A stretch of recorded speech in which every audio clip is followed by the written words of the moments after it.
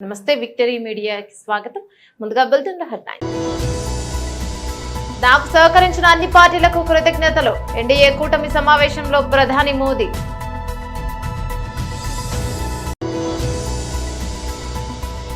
Assigned భూముల వ్యవహారంలో ఉన్న ఐఎస్ఐలపై చర్యలు తీసుకోవాలి. జనసేన కార్పొరేటర్ మూర్తి యాదవ్. నూతన ఎంపీలతో సమావేశమైన రాష్ట్ర అభివృద్ధిపై చర్చించిన సీఎం చంద్రబాబు.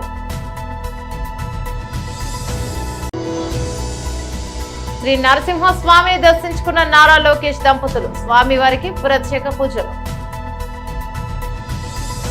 తెలంగాణ, కర్ణాటక రాష్ట్రాలలో కాంగ్రెస్ ప్రభుత్వాలు ఏర్పడ్డాయని, కానీ చాలా త్వరగా ప్రజల విశ్వాసాన్ని కోల్పోయాయని ప్రధాని నరేంద్ర మోదీ అన్నారు. ఆ రెండు రాష్ట్రాల్లోని ఇప్పుడు ప్రజలు ఎన్డీఏను ఆదరించారన్నారు. పాత పార్లమెంట్ భవనంలోని సెంట్రల్ హాల్లో శుక్రవారం జరిగిన ఎన్డీఏ కూటమి సమావేశంలో మోదీని నాయకుడిగా ఎన్నుకుంటూ ఏకగ్రీవ తీర్మానం చేశారు.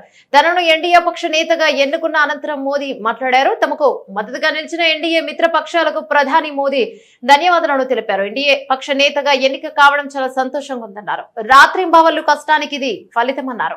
అధికారంలోకి రావడానికి కార్యకర్తలు అహర్నిశలు శ్రమించారని గుర్తు చేసుకున్నారు. రాత్రింబవళ్లు కష్టపడిన కార్యకర్తలకి శిరస్సు వంచి నమస్కరిస్తున్నామన్నారు. మద్దతుగా నిలిచిన ఎన్డీఏ మిత్రపక్షాలకు ధన్యవాదాలను తెలిపారు. एनडीए घटक दलों के सभी नेतागण,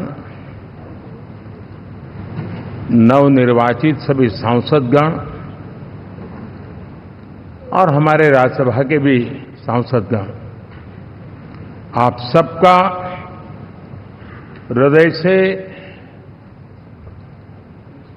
बहुत बहुत आभार व्यक्त करता हूं।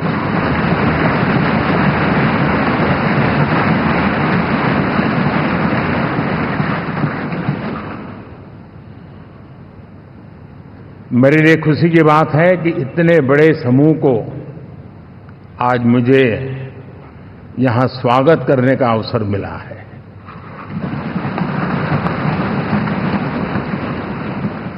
जो साथी विजयी होकर के आए हैं वे सभी अभिनंदन के अधिकारी हैं, लेकिन जिन लाखों कार्यकर्ताओं ने दिन रात परिश्रम किया है, न उन्होंने दिन देखा न रात देखी, और इतनी भयंकर गर्मी में हर दल के कार्यकर्ता ने जो पुरुषार्थ किया है, परिश्रम किया है, मैं आज संविधान सदन के इस सेंट्रल हॉल से सर झुका करके उनको प्रणाम करता हूं।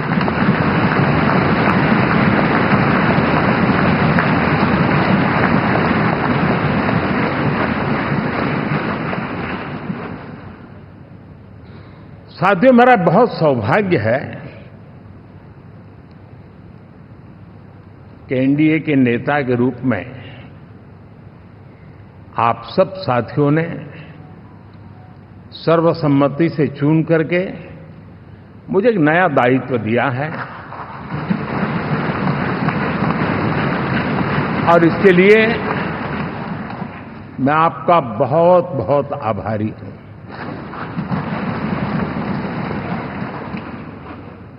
व्यक्तिगत जीवन में एक मैं जवाबदारी का एहसास करता हूं।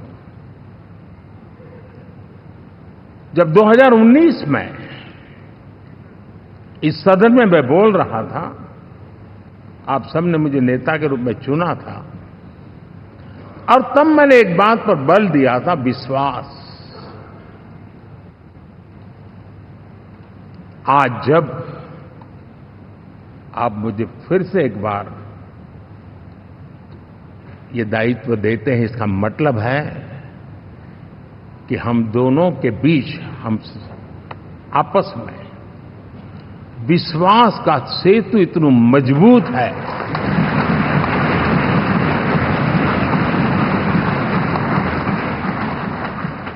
ये अटूट रिश्ता विश्वास की मजबूत धरातल पर है, और ये सबसे बड़ी पूंजी होता है। और इसलिए ये पल मेरे लिए भावुक करने वाले भी है और आप सबके प्रति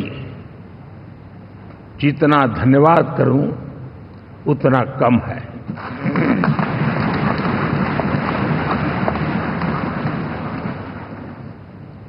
साथियों,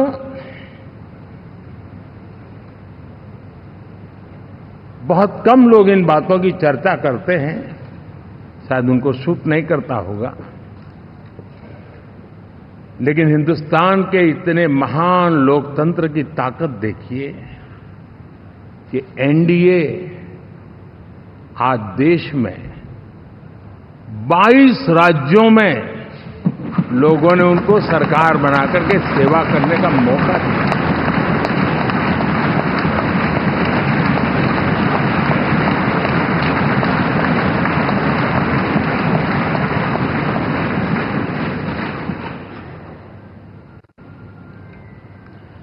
हमारा ये अलायंस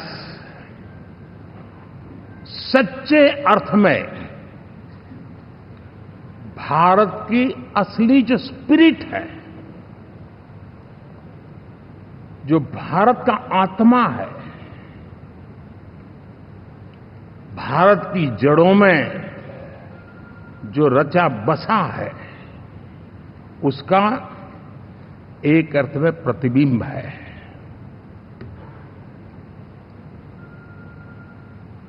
और मैं इसलिए कह रहा हूं कि थोड़ी नजर करें, हमारे देश में 10 ऐसे राज्य जहां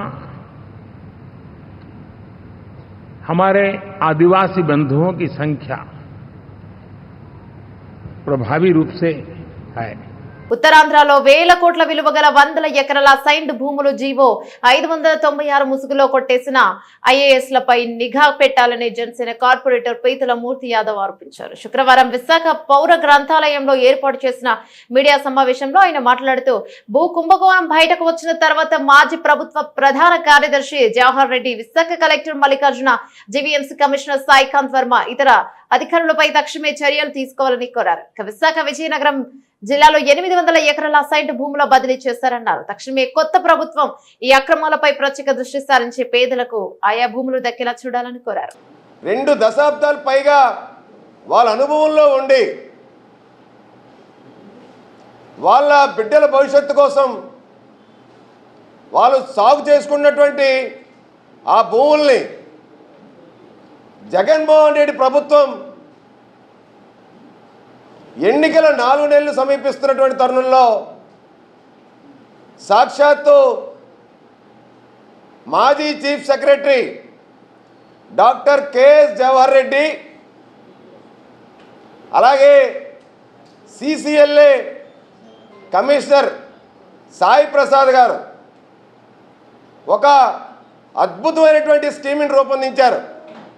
అసైన్డ్ ల్యాండ్స్కి ఫ్రీ హోల్డ్ పట్టాని ఇస్తే ఆ ఫ్రీ హోల్డ్ పట్టా ద్వారాగా పేద రైతులు అమ్ముకోవడానికి హక్కు కల్పిస్తే పేద రైతులకి విముక్తి చెందుతారు, వాళ్ళు స్వేచ్ఛగా వాళ్ళ భూములు అమ్ముకుంటారని చెప్పి రాష్ట్ర ప్రజలను, తెలుగు ప్రజల యొక్క పేద రైతుల్ని, అమాయక రైతుల్ని దోచుకోవడానికి ఒక స్కీమ్ రచించి ఆ స్కీమ్లో భాగంగా పెద్ద భారీ స్కామ్ చేశారు. సాక్షాత్తు సిసిఎల్ఏ నుంచే ప్రొసీడింగ్స్ మొత్తం అంతా కూడా ఇది రాష్ట్రంలో ఉన్నటువంటి 19/1/2024 నాటికి అసైన్డ్ ల్యాండ్స్ ఎన్ని లక్షల ఎకరాలు ఫ్రీ హోల్డ్ పట్టాలు ఇవ్వాలి, ఏమాత్రం మీరు క్లియర్ చేశారు, ఇంకా పెండింగ్ ఉన్నటువంటి స్థితిగతులు ఏంటి, పర్సంటేజ్ ఎంత వచ్చింది ఏ జిల్లాకి అని చెప్పి 26 జిల్లాలని, ఇవి 11,49,582.86 ఎకరాలు రాష్ట్రంలో. ఇవి ఆ రోజు గణాంకాలు. ఇవి దీని తర్వాత ఇంకా పెరుగున్నాయి తప్ప ఇంకా తగ్గలేదు. సాక్షాత్తు సిసిఎల్ఏ సాయి ప్రసాద్ గారే ఈ యొక్క భూముల్ని ఏ విధంగా ఫ్రీ హోల్డ్ సర్టిఫికెట్లు ఇవ్వాలంటే మార్గదర్శకాలు జారీ చేశారు. ఈ యొక్క స్కీమ్ని రూపొందించిందే సిసిఎల్ఏ సాయి ప్రసాద్ గారు. ఈ సర్క్యులర్లో చాలా స్పష్టంగా ఉన్నాయి. ఒక రైతు భూమిని ఐడెంటిఫై చేసి ఆ అసైన్దారుడు పట్టాని నిర్ధారించాలంటే ఆ యొక్క రికార్డ్స్ వెరిఫై చేయాలి. భూమి మీద ఎవరున్నారో చెక్ చేయాలి. ఆ రైతు తాలూకా పేరు, ఆ రైతు కుటుంబీకులు వారసులా లేకపోతే రైతే ఉన్నారా అని ఆ చుట్టుపక్కల ఉన్నటువంటి భూ యజమానుల్ని పిలిచి సరిహద్దుల్లో భూమి సాగు ఎవరు చేస్తారో వెరిఫై చేయాలి. ఇవన్నీ చేయాలంటే అసైన్డ్ భూముల్ని కొట్టేయాలంటే సాయి ప్రసాద్ గారు ఒక కార్యాచరణ రూపొందించారు. రాష్ట్ర వ్యాప్తంగా భూముల్ని రీసర్వే చేసినటువంటి భూముల్ని ఎవరెవరి పేర్ల మీద ఉన్నాయో చెక్ చేసి ఎక్కడైతే అసైన్డ్ భూములు ఉన్నాయో, ఎక్కడైతే భూమి ఉన్నా కానీ యజమానులు లేరో, ఎక్కడైతే భూమి ఉన్నా కానీ దేశ విదేశాల్లో ఎన్ఆర్ఐలు ఉన్నప్పటికీ కూడా ఆ భూములు ఎవరెవరి పేరు మీద ఉన్నాయి. ఇవన్నీ కూడా కూలంకుషంగా రాష్ట్ర సమాచారం మొత్తాన్ని సాయి ప్రసాద్ గారు సీడీ రూపంలో జాగ్రత్తగా తెచ్చిపెట్టుకొని ఆ యొక్క అసైన్డ్ భూములు ఎవరి పేర్లు ఉన్నాయో వాళ్ళని చీఫ్ సెక్రటరీ జవహర్ రెడ్డి గారు అన్యాయాలు, వైసీపీ మంత్రులు ఎమ్మెల్యేల తాలూకా అన్యాయాలు, వాళ్ళని వాళ్ళ దగ్గర పంపించి బలవంతంగా పేద అమాయక రైతుల దగ్గర నుంచి వీళ్ళ భూములను అగ్రిమెంట్లు చేసుకొని ఎవరైతే ఆ భూమి మీద రీసర్వే చేసేటప్పుడు ఆ భూమి యొక్క యజమాని ఎవరైతే లేరో, ఆ భూమి యజమాని లేకపోతే స్థానికంగా ఉన్నటువంటి వైసీపీ నాయకుల పేర్లని సుమోటోగా పెట్టి వీళ్ళు బినామీలని, ఐఏఎస్ బినామీలని సుమోటోగా పెట్టి వాళ్ళ పేర్లని వెబ్లాండ్లో ఎక్కించేసి వాళ్ళకి ఫ్రీ హోల్డ్ సర్టిఫికెట్లు ఇచ్చేసి భూములు కొట్టేశారు. టీడీపీ అధినేత చంద్రబాబు నాయుడు కొత్తగా గెలిచిన ఎంపీలతో భేటీ అయ్యారు. మొత్తం 9 మంది ఎంపీలు ప్రత్యక్షంగా హాజరు కాగా మిగిలిన వారు జూమ్ ద్వారా మీటింగ్ కు హాజరయ్యారు. ఈ భేటీలో ఎంపీలకు చంద్రబాబు దిశానిర్దేశం చేశారు. ఈ సందర్భంగా ఓ ఆసక్తికరణ ఘటన చోటు చేసుకుంది. ఒక సామాన్యమైన కార్యకర్తకు, చిన్న నేతలకు కూడా పార్టీలో పదవుల అవకాశాలు కల్పించే విధంగా తన నిర్ణయాలుంటాయని చంద్రబాబు తెలిపారు. పార్టీ కోసం కష్టపడి విధేయతతో ఉంటే పదవులు వస్తాయని, దానికి విజయనగరం ఎంపీగా గెలిచిన కలిశెట్టి అప్పలనాయుడే ఉదాహరణ అని పేర్కొన్నారు. అప్పలనాయుడుకు ఎంపీ టికెట్ ఇస్తే చాలు మంది పెదవి విరిచారు. అయితే ఆయన కష్టపడి పనిచేసి అందరినీ కలుపుకొని ఎంపీగా విజయం సాధించారన్నారు.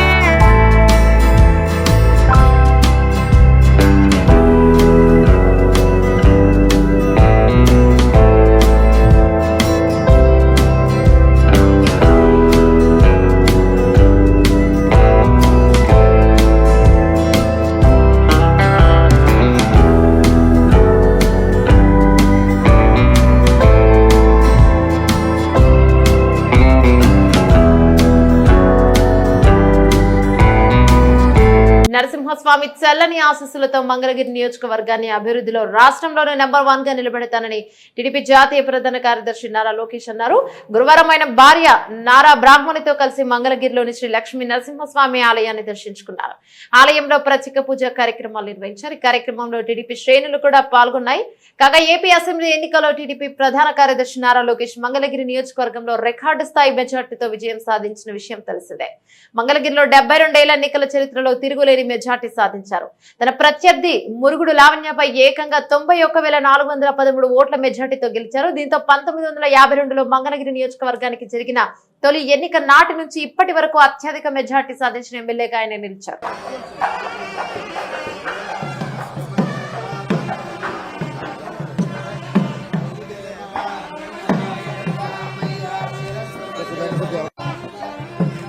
भैया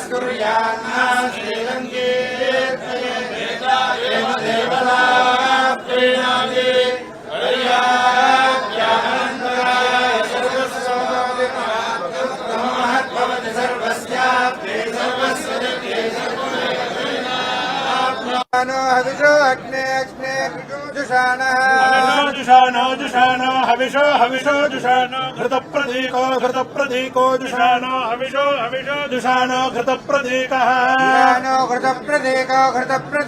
जुषानो घृतप्रदीको घृतयो निर्घृतप्रदीको. ఢిల్లీలో ఇవాళ ఎన్డీఏ లోక్సభ పక్ష నేతను ఎన్నుకునే కార్యక్రమానికి జనసేన పార్టీ అధినేత పవన్ కళ్యాణ్ కూడా హాజరయ్యారు. ఎన్డీఏ కూటమి నేతగా మోదీని ఏకగ్రీవంగా ఎన్నుకున్న సందర్భంగా పవన్ ప్రసంగించారు. కాశ్మీర్ నుంచి కన్యాకుమారి వరకు దేశం మొత్తానికి మోదీ ఒక స్ఫూర్తి అని కొనియాడారు. మోదీ స్ఫూర్తితోనే తాము ఏపీలో ప్రభంజనం సృష్టించగలిగామని చెప్పారు. మోదీ దిశానిర్దేశంతో రాష్ట్రంలో 91% పైగా సీట్లు గెలుచుకోగలిగామన్నారు. ఎన్డీఏ పక్ష నేతగా మోదీకి తాము సంపూర్ణ మద్దతు ప్రకటిస్తున్నామని, ఆయన వెనుక తామంతా ఉన్నామని పవన్ కళ్యాణ్ స్పష్టం చేశారు. ఇక మోదీ ప్రధానమంత్రి పీఠంపై ఉన్నంత వరకు భారతదేశానికి భయపడదని అన్నారు. ఇక మోదీ నాయకత్వంలో పనిచేయడం గర్వంగా భావిస్తున్నామని తెలిపారు.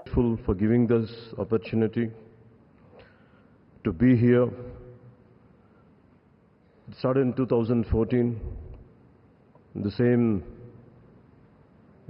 place. And Honorable Chandrababu Naidu just said, we're going to see Modi ji to rule this country for 15 years, and it's happening, sir. Chandrababu ji, your prophecy came true. Modi ji, you truly inspired the nation. As long as you are the Prime Minister of this country, our country will never bow down to anyone, sir. The mighty Himalayas will never bow down like that. Under your leadership, Bharat will never bow down. And we really take pride under your leadership, to work under your leadership, sir. We really take pride.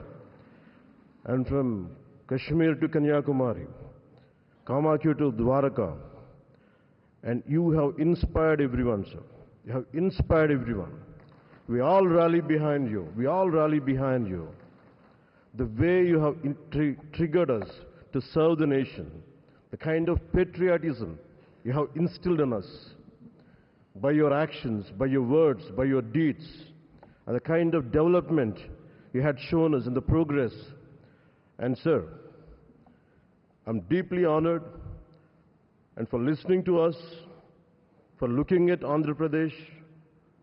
Under your guidance, under your support, we were able to sweep the polls.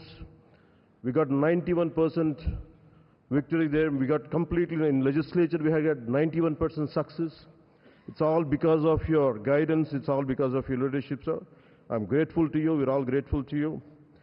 On behalf of Janasena Party, I support Sri Narendra Modi ji as the leader of the NDA Parliamentary Party. To all the eminent senior parliamentarians and the new parliament members, I wish you very best. To honorable senior leaders and NDA partners, to you all, my heartfelt namaskars to you, sir. Thank you and Jai Hind, sir.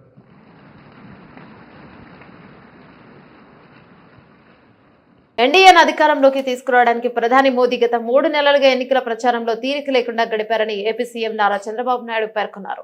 ఏపీలో 3 బహిరంగ సభలు, 1 భారీ rally నిర్వహించినట్టు గుర్తు చేశారు. హోంమంత్రి అమిత్ షా ఏపీలో నిర్వహించిన సభతో ఎన్నికల స్వరూపమే మారిపోయిందని కొనియాడారు. ఇక భారీ మెజార్టీ రావడానికి అది కూడా కారణమంటూ ధన్యవాదాలు తెలిపారు.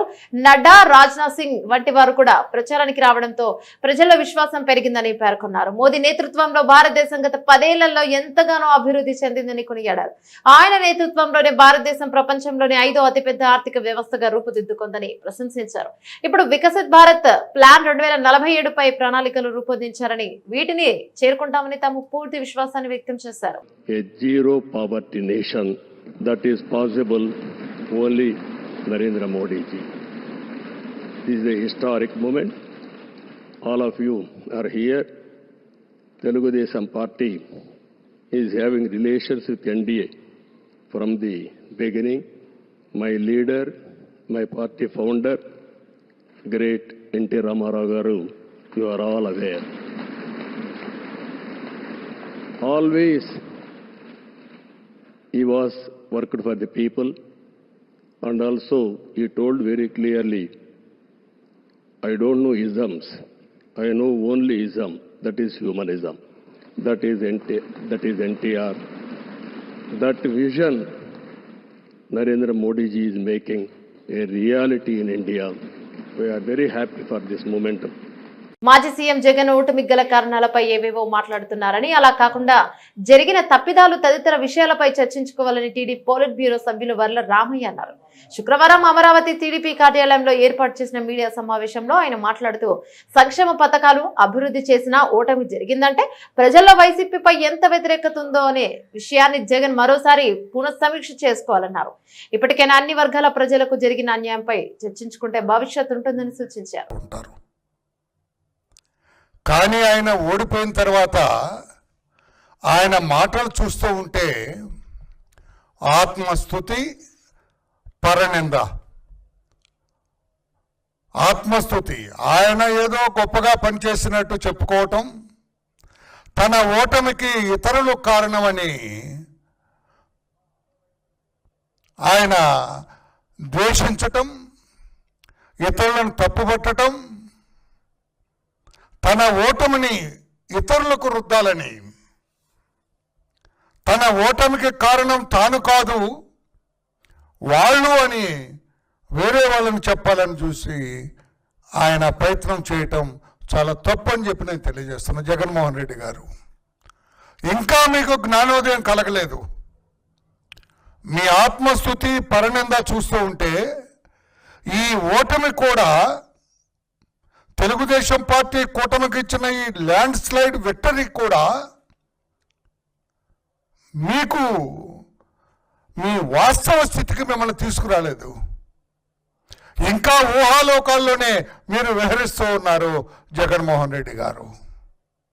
ఆయన అంటారండి, పత్రికా సోదరులారా, నేను బటన్ నొక్కాను, అవ్వ అత్తలు నాకు ఓటేయలేదండి. నేను బటన్ నొక్కితే ఓటేయాలా? నువ్వు చేసిన నేరాలు ఘోరాలు ఏమవుతాయి? వాళ్ళకి అర్థమవుతా? ఎవరికైతే మీరు బటన్ నొక్కారో ఆ బటన్ నొక్కిన అవ్వాతాతల ఇంటిలో వాళ్ళ బిడ్డలు ఉండరా? వారికి వాళ్ళ బిడ్డలు ఉండరా? వాళ్ళందరూ ఆలోచించరా? బటన్ నొక్కటమే లక్ష్యంగా పెట్టుకున్న మీరు ఏ రకంగా మీరు చేసిన నేరాలు ఘోరాలు అందరి దృష్టిలో ఉండటం, వాళ్ళందరూ కూడా ఏకగ్రీవంగా మాకొద్దు ఈ జగన్ పరిపాలన మాకొద్దు అని ఒక నిర్ణయం తీసుకోవటం వల్ల మీకు ఈ రోజున ఇటువంటి చాలా అవమానకరమైన ఓటమి మీకు దక్కిందని చెప్పి కూడా నేను తెలియజేస్తున్నా. ఎన్నికల్లో ఇంత ఘోర పరాజయం పాలైనా కూడా మీరు మీ తప్పుల మీద ఆత్మవిమర్శ చేసుకోకుండా ఇతరులు దానికి కారణం అని చెప్పాలనుకోవటం, అది మీరు ఏమంటారు దాన్ని, మీకు మీరే ఒక ఆత్మ మీ దీన్ని మీరు నిందించుకుంటున్నారు. ఆ మాట నాకు రావటం లేదు. ఇకనైనా అర్థం చేసుకోండి, మీ ఓటమికి మీరే కారకులు, మీ వ్యవహార శైలి కారణం అని చెప్పి కూడా నేను తెలియజేస్తున్నాను. నేను ఆనాడు మీరు ముఖ్యమంత్రిగా ఉండగా స్థానిక ఎన్నికల వ్యవహారంలో ఏ రకంగా మీరు వ్యవహరించారు? ఆనాడు మాచర్లకు వెళ్ళిన బోండవమ బుద్ధ వెంకన్న మీద మీ వాళ్ళు ఐరన్ రాడ్తోటి ఐరన్ పైపులతోటి దాడి చేసినప్పుడు ఏమైంది? ఆ నేరం ఆ ఘోరం మీకు అర్థం అవ్వలేదా? మీకు తెలుసో లేదో జగన్మోహన్ రెడ్డి గారు మాచర్ల నియోజకవర్గంలో ఆత్మకూరు అనే గ్రామంలో దాదాపు 250 ఎస్సీ కుటుంబాలు మీ వైకాపా దాడులకి భయపడి వాళ్ళ ఆ ఊరే ఖాళీ చేసి వెళ్ళిపోయారు. వాళ్ళ గొడ్డు గోద ఇల్లు వాకిలి అన్నీ వదిలి వాళ్ళు వెళ్ళిపోయారు. 5 సంవత్సరాలు ఆ గ్రామం నుంచి బయట ఉన్నారు. తెలుసా మీకు? ఆనాడు ప్రతిపక్ష నేతగా ఉన్న మా అధినేత నారా చంద్రబాబు నాయుడు గారు వీళ్ళందరినీ కూడా తీసుకొని వారి గ్రామంలో దించాలని 2020లో ప్రయత్నం చేస్తే మీరేం చేశారు? ఆయన్ని బయటకు రాకుండా గేటుకు తాళ్లు కట్టారు. చంద్రబాబు నాయుడు గారిని అడుగు కూడా బయట పెట్టించలేదు. ఆ రోజునే చంద్రబాబు నాయుడు గారు చెప్పారు, మిస్టర్ జగన్మోహన్ రెడ్డి, నా ఇంటి గేటుకు కడుతున్న ఈ తాళ్లు భవిష్యత్తులో నీ అధికారానికి ఉరితాళ్లుగా మారబోతున్నాయని చెప్పారు. అదే నిన్న జరిగింది. బులెటిన్ ముగించే ముందు హెడ్లైన్స్ మరోసారి. నాకు సహకరించిన అన్ని పార్టీలకు కృతజ్ఞతలు, ఎన్డీఏ కూటమి సమావేశంలో ప్రధాని మోదీ.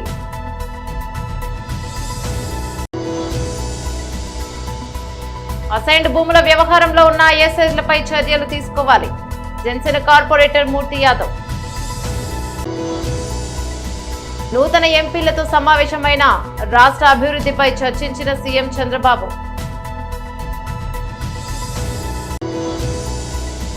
శ్రీ నరసింహస్వామిని దర్శించుకున్న నారా లోకేష్ దంపతులు, స్వామివారికి ప్రత్యేక పూజలు.